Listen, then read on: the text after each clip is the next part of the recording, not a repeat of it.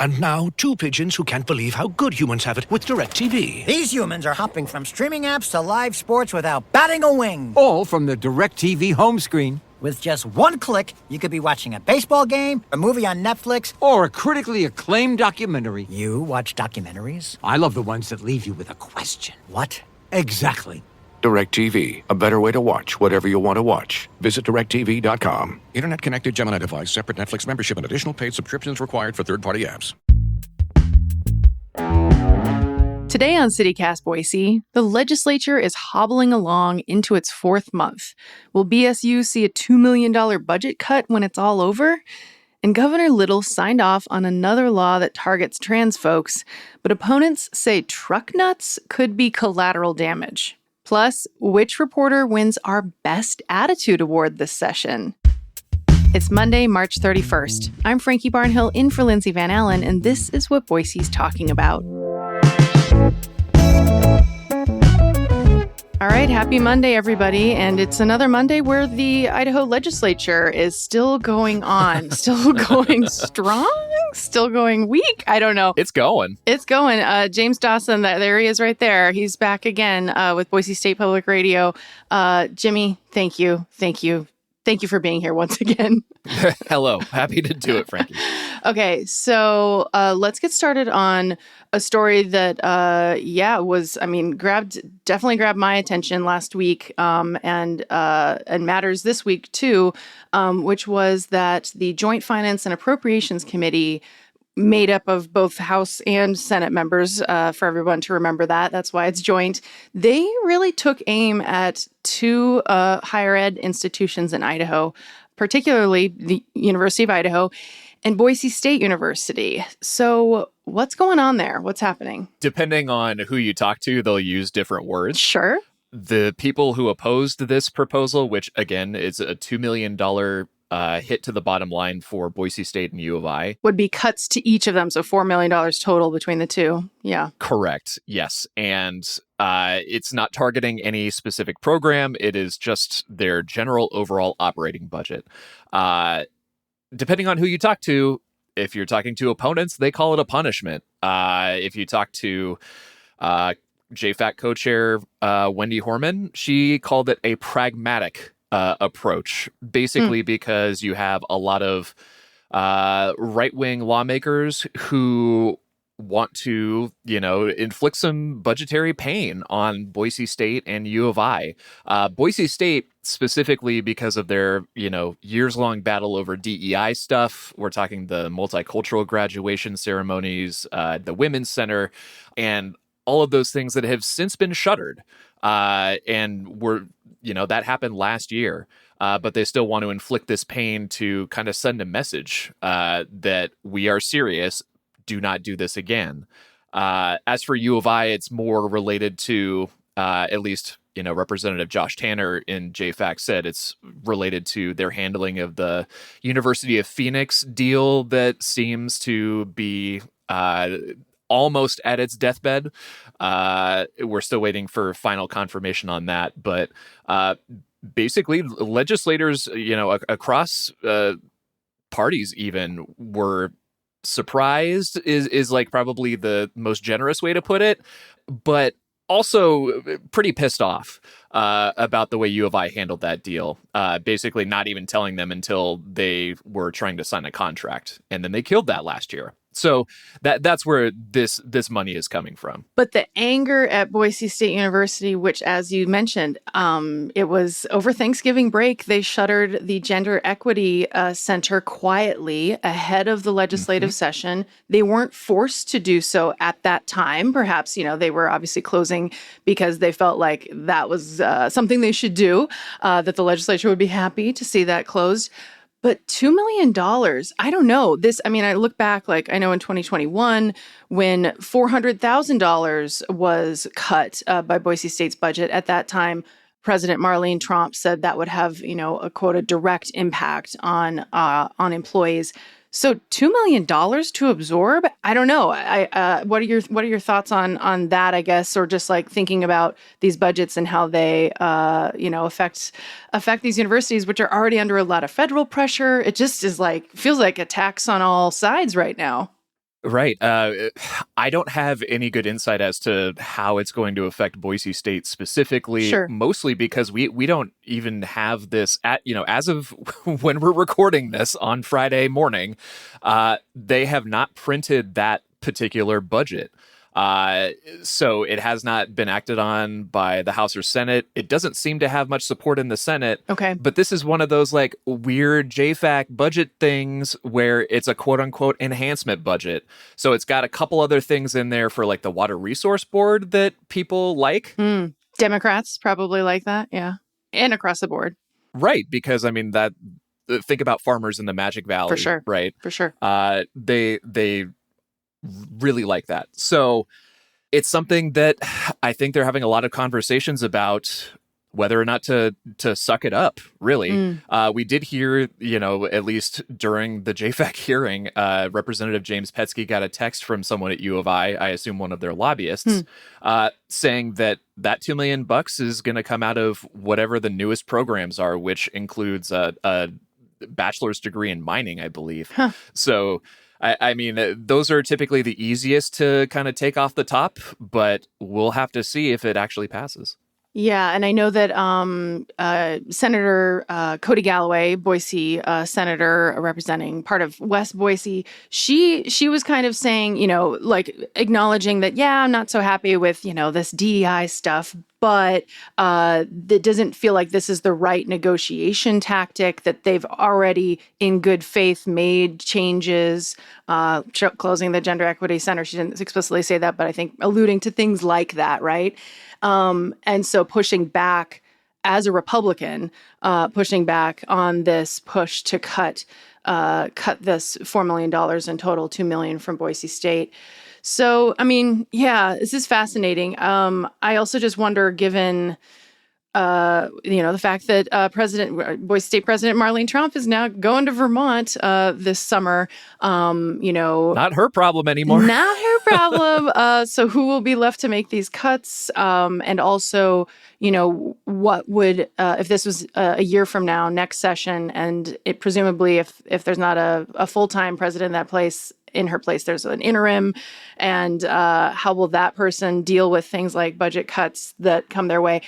I don't know. The big questions, to say the least, but I really do wonder how Boise State is going to absorb this $2 million cut when they're already facing smaller cuts in the past, and said this is a problem.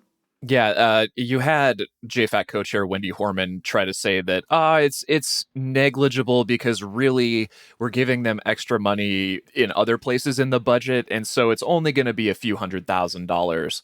But as you mentioned, the $400,000 cut in 2021, there were some significant holdbacks that we saw at that time too. Obviously because of the pandemic uncertainty and things like that. But now we've got growing enrollment, which could bring in more tuition money. But who knows if that's enough to backfill this cut. Yeah. And once again, federal cuts happening too. Not exactly sure how that's trickled down or will trickle down to Boise State exactly. This is all so new still. But yeah, this is interesting. Okay. So you said, what, as a recording on Friday morning, what are the next steps for this cut? It actually needs to get put into bill form is the big thing. So once that happens, then I believe it goes to the Senate, since there was the least amount of support in JFAC from that side of the committee. It's gonna, and like I said, there's going to be a lot of having to swallow those hits if they want to get the other components of that bill. Also, there is other language that would require the Nonpartisan Legislative Services Office that's going to audit all of the four-year higher ed institutes, so Boise State, Idaho State, Lewis Clark State College, and U of I, to ensure that DEI compliance, even though something similar has already happened and didn't show anything. Okay. Yeah, we'll just have to see.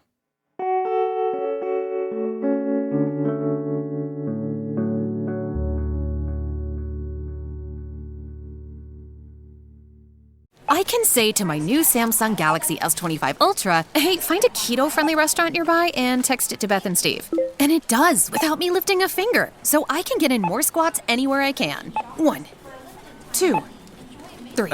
Will that be cash or credit? Credit. 4. Galaxy S25 Ultra, the AI companion that does the heavy lifting so you can do you. Get yours at Samsung.com. Compatible with select apps. Requires Google Gemini account. Results may vary based on input. Check responses for accuracy. Hear that? It's SpringFest savings calling your name. Only at Lowe's. Right now, get a free Select Ego 56-volt battery when you buy a Select Ego trimmer, blower, or mower. Plus, get your choice of any 2 bags of Miracle-Gro organic soil mix for only $16. Shop these can't-miss deals in-store or online today. Lowe's. We help. You save. Valid through 4/2. Selection varies by location. While supplies last. Excludes Hawaii. All right, Jimmy. I don't feel like I will be able to do pass amend table justice without Lindsay. So we're going to, fair enough, right? She's the queen of pass amend table. Let's try something a little different because we are at this stage in the session. Probably people feeling a little loopy, feeling, is that an understatement? It's rough, man. I mean, this morning, Scott Bedke, Lieutenant Governor, sounded rough. He sounded like he was at the Lux until 2 a.m. Wow. Yeah. But back when you could still smoke in the Neurolux, maybe? Yeah. Absolutely.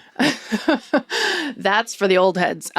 So I saw you did this story about a very kind of a sweet story about how Representative Brooke Green, Democrat from Boise, who's going through breast cancer and is going through chemo. She's going to be shaving her head this coming week or this week, you said, but that a bunch of her male Republican colleagues went ahead and in solidarity shaved their heads for her. We'll put a link in the show notes to that story because it was a sweet one. But it made me think because you mentioned one of the Republicans who shaved his head had just received Best Head of Hair as his award from the high school pages who work at the legislature. Representative John Schertz, go look up his photo. Okay, yeah, his photo before he shaved his head. Yes. Right. Yes, his headshot on the legislative website. It is a very good head of hair.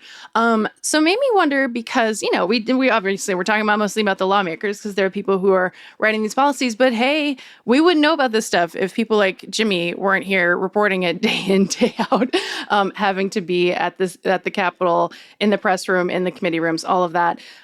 So I wanted to play high school yearbook game with you, but around the press. So if you're down, I have a few categories. Who would be best clown of all of the journalists that you work with at the press at the Capitol? How about best laugh, best dressed, and best attitude?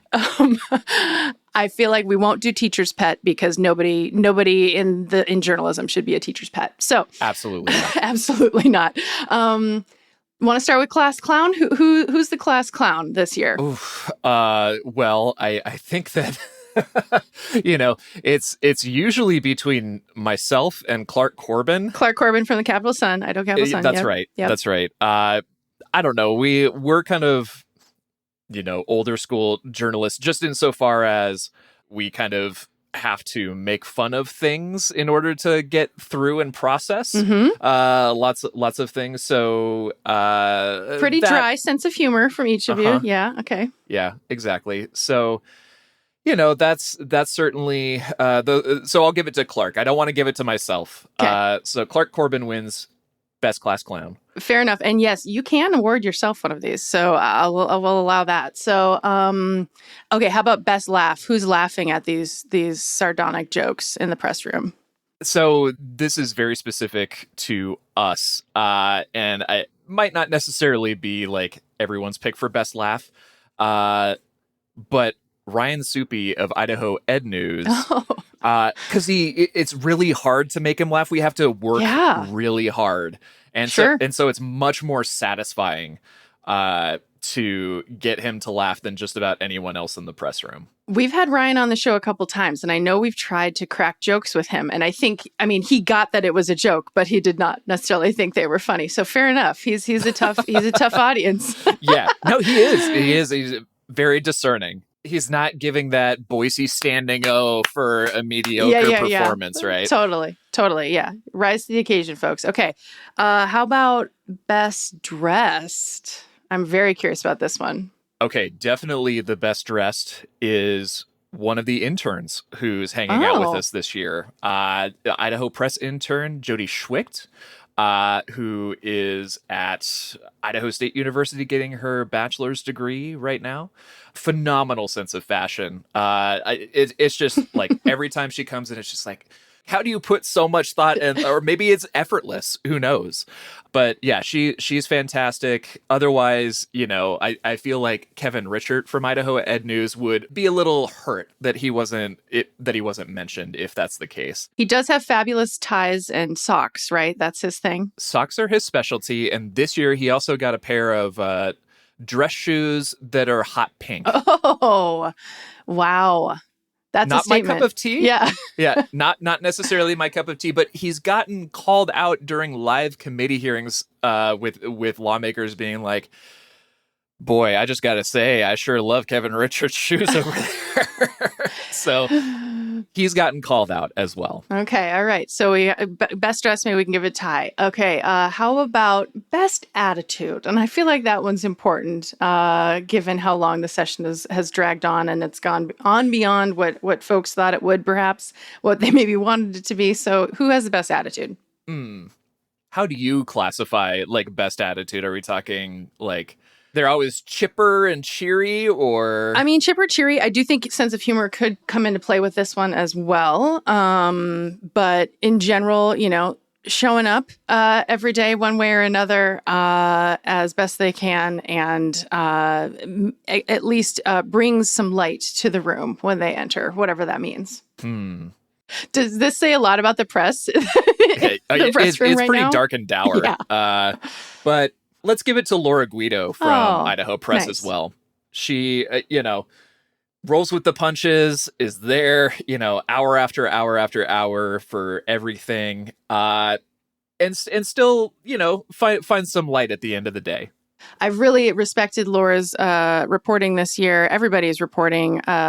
Clark from the Capital Sun, Ryan from Idaho Ed News, Kevin, Idaho Ed News, Jody now. I'm so glad that you introduced me to her writing. I need to look into it more. And you, of course, Jimmy. So can I also give an honorable mention in best attitude to Kyle Fonensteel from the Idaho Capital Sun as well? Yes. I love that. Go Kyle. He's always trying to put the positive spin on things. This year might have been a bit of a challenge, but he's doing his best.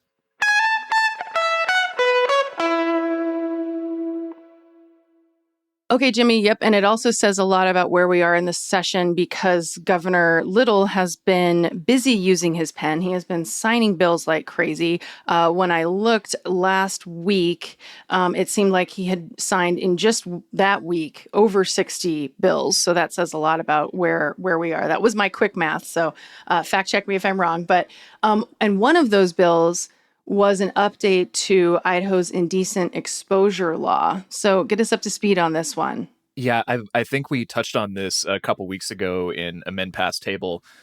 And this would essentially make it a misdemeanor for anyone to expose their breasts along with their areola and nipple, whether you are, a male or female. However, it has to be, surgically or hormonally modified to look like a developed female breast. So whatever your gender identity, if it looks like a developed female breast, that's what they're looking for. Also, displaying or waving around any sort of item that looks like or resembles genitalia from either the man or the woman. So this came about from Canyon County Pride last year. You had some people walking around with pasties covering their nipples. You had I saw a photo of what looked to be a trans man who had gotten a top surgery, going topless, and that offended a lot of the far right. You had the Idaho Liberty Dogs on Facebook. They keep reposting it and saying that Facebook is taking it down, saying it's, inappropriate, which they're like, yes, we agree. If Facebook thinks that this is bad, then we need to, crack down. This would not affect breastfeeding mothers, which was a big thing. It was a huge lift a few years ago to actually make an exception for women breastfeeding in public. Lots of male Republican lawmakers voted against that. I remember that. By the way. Yeah. Yeah, I think you might have covered that. Yeah. So that would still be fine. If you get convicted of 3 of these, it becomes a felony with a cap of 5 years in prison. Okay. So misdemeanor start could rise to felony level of that 3 and then prison time potentially. I just wonder, I mean, obviously, yeah, they're very clearly, as you said, it's very explicitly about what happened in Nampa. Nampa Pride was the first Pride in Nampa. And we did a couple episodes about that and how big of a deal it was for that community. And it takes effect immediately. Gosh, how will they know? How will prosecutors know, I guess, or how will the police know if someone has received hormones for those, for breast enhancement potentially? I mean, it just feels like there's obviously whether or not this could cause lawsuits, certainly seems like a very open possibility, as well as a lot of confusion. And once again, very much clearly targeting the trans community in Idaho, which they've been targeted a lot this session. So yeah, it's interesting that this was one of those bills that we talked about earlier, not knowing how far it would get. And here it is. It has become law, and it is a law immediately. I do want to circle back on one of the sillier things that came up in the debate, but is a reasonable thing, I think, to bring up, which was brought up by Boise Senator Melissa Wintrow, who noted that the element of anything that looks like genitalia, right, as you mentioned, toys that look like genitalia could also qualify. So, truck nuts? Truck nuts. Truck nuts. Yes. Specifically, Senator Wintrow said, quote, "They call them truck nuts. They're gross, they're offensive, and kids on the road see them." End quote. You really need to listen to her voice to get like the full effect of this. But I mean, think about it, right? Truck nuts resemble scrotums. Total male genitalia body part. It's a product meant to resemble this, right? That hang from people's trailer hitches. And so why would this not be included?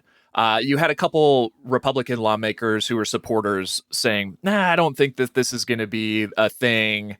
Don't worry about it. Don't worry about the bachelorette parties where they're waving around dildos or, have like a blow-up doll or whatever that they've got going on in public. Yeah, dildo hats, all kinds of stuff. All kinds of stuff. And I think the key component when we're talking about enforcement is that someone has to be offended and call it in. Right. So essentially, I think it was Senator James Ruckty, another Democrat, he's from Pocatello, saying that you're essentially leaving enforcement in the hands of whoever the prudest person in the room happens to be. I was just going to say, wow, that's a good quote, because I was like, oh, Idaho has just become even more prim and proper and pearl clutchy and just like this seems, to me personally, this seems very prude. And, I could see Lindsay often brings up the idea of malicious compliance. I could see that coming through with some of this if someone sees truck nuts and wants to call it in. And but yeah, I mean, the bigger thing, of course, is that folks in the LGBTQ community really feel like this session has been really, really, really bad. And this is another bill that I know that they're really concerned about. And clearly is targeting that group. Besides those, I never thought I would say truck nuts so many times. It's honestly, it's been the pinnacle of my journalism career so far to report on this particular aspect. Oh yeah. Low point, high point. Who knows even anymore? But I do want to check in because, as you are well aware, we did blow right past the end date that you were hoping for in your previously mentioned bet with Lindsay and you. Wow, that was an incredible trombone sound. That was fabulous. Well, Lindsay isn't here, but I could be the intermediary here. Her bet, just as a reminder, is April 4th, which is this coming Friday. So we'll see if it lands right on there. I think you already owe her a beer or an ice cream cone, whatever you guys end up deciding. Yes. Would you like to take a second bet? Maybe just put out another date. You're done. God, no, because it's going to be wrong. Yeah, why would you do that to yourself? More. You'll owe more, and also you'll be depressed because you once again are still having to work at the Capitol covering this session, this never-ending session. Yes. Okay, so we'll see. April 4th, we'll see if Lindsay was right. Jimmy, thanks so much as always. Hope this week goes well for you. Hope the session wraps up this week, to be honest. That's my personal hope. So thanks, Frankie. That's about all I can hope for, too. All right, that's all for today here on CityCast Boise.